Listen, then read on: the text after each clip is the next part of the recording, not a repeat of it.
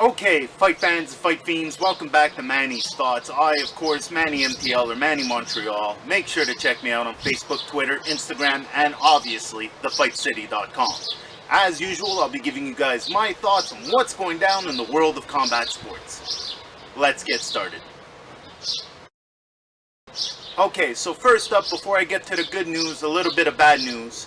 Javier Fortuna, El Abejon, he was just outworked. However, I'm still looking forward from work from this kid.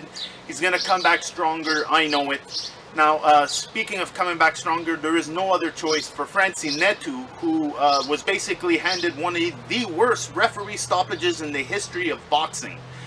Basically, it's unanimous. Every journalist out there is calling it a bad stoppage. Go ahead and watch the video. Look at it. It's a clinch. He stops it in the middle of a clinch. Ntetu was actually out pointing him. If you look at how many punches were landed, it really didn't make much sense. I have exclusive video on thefightcity.com from Conor. Make sure you check out that article this week. We've got both fighters' reaction. David Benavidez, who was on the winning side of that bad call, even he says he doesn't understand what the hell happened. But here's hoping they do some sort of rematch, or at least, call it a no contest or something, because everybody's scratching their heads on this one. My heart goes out to Francy Ntetu, but don't worry, man. If anything, you've gained more fans now, and we'll all be there for the next one. Francy Ntetu, man, just really bad luck. Now, as far as good news is concerned, we've got plenty to talk about. First up, New Brunswick, Bruno Lurette. Congratulations, buddy. Also, Xavier, the breadman Alaoui, went to England and submitted a black belt in Jiu-Jitsu.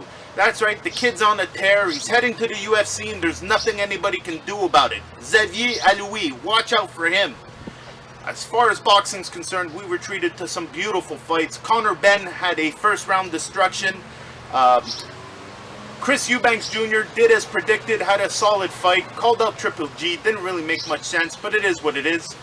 The main event, Anthony Joshua. Man, what a fantastic fight from him. Didn't think I'd be saying that with a Brazil as an opponent, but, Brazil took some massive punches. Brazil did a lot better than a lot of people thought. But part of that is the very methodical way that Joshua broke him down. He took his time in there. Every punch was very precise. Just beautiful work from Anthony Joshua. The kid's so well poised in the ring, and then even when they put him on the mic, he's just gold. The kid's a future star. Anthony Joshua, making me happy. He's a heavyweight. Wow, beautiful stuff.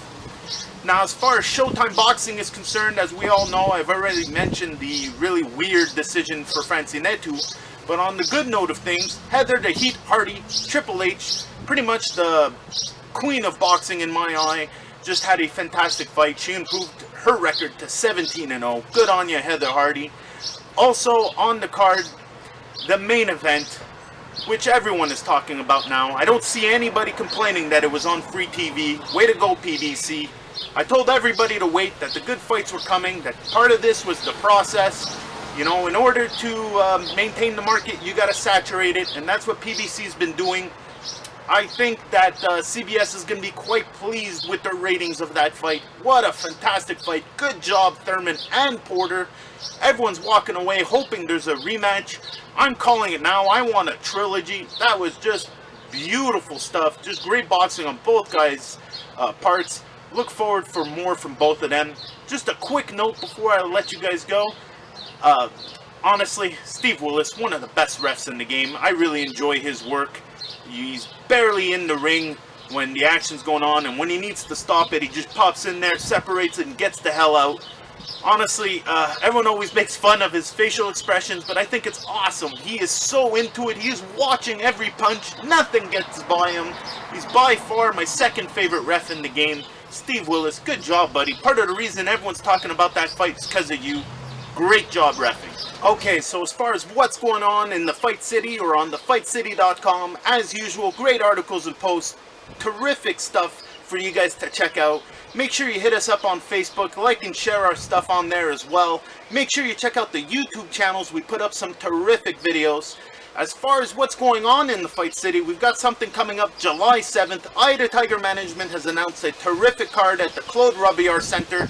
If you're not from the province, don't worry, you can catch it on live streaming with punchandgrace.com. So far, only 3 fights announced, but it's a very cheap ticket for a fantastic night of fights. First up, young prospect Batyr Jukembaev, 777, who's now 3-0 with 3 KOs. Big things coming up for this kid's future. Make sure you follow along now, because you won't regret it. Also on the card, Mathieu Germain. The kid's 7-0 with 5 KOs. He's a throwback fighter. If you like old school boxing, you'll like Mathieu Germain. And then last but not least, capping off the main event, Stephen Bang Bang Butler, the IBF Junior Champion, will be defending his title in the ring, hoping to make it 17-0. This kid's just another phenom out of Montreal. I spoke about him many a time. Make sure to check out more news from us on thefightcity.com as the week approaches. Now, as far as what else is going on, at the end of the month, as we all know, Adonis Stevenson will be defending his title in Quebec City, and I will hopefully be there. Now, I will obviously be talking about the card as the weeks go on, but the big news that was announced this week was that Eleider Alvarez's opponent is none other than Bad Chad Dawson. And honestly, Chad Dawson's the perfect name to stop all the naysayers that are questioning where Eleider Alvarez fits in the title run. Honestly, should he beat Chad Dawson, there will be no denying him a title fight. Eleider Alvarez is going to be stepping up in competition.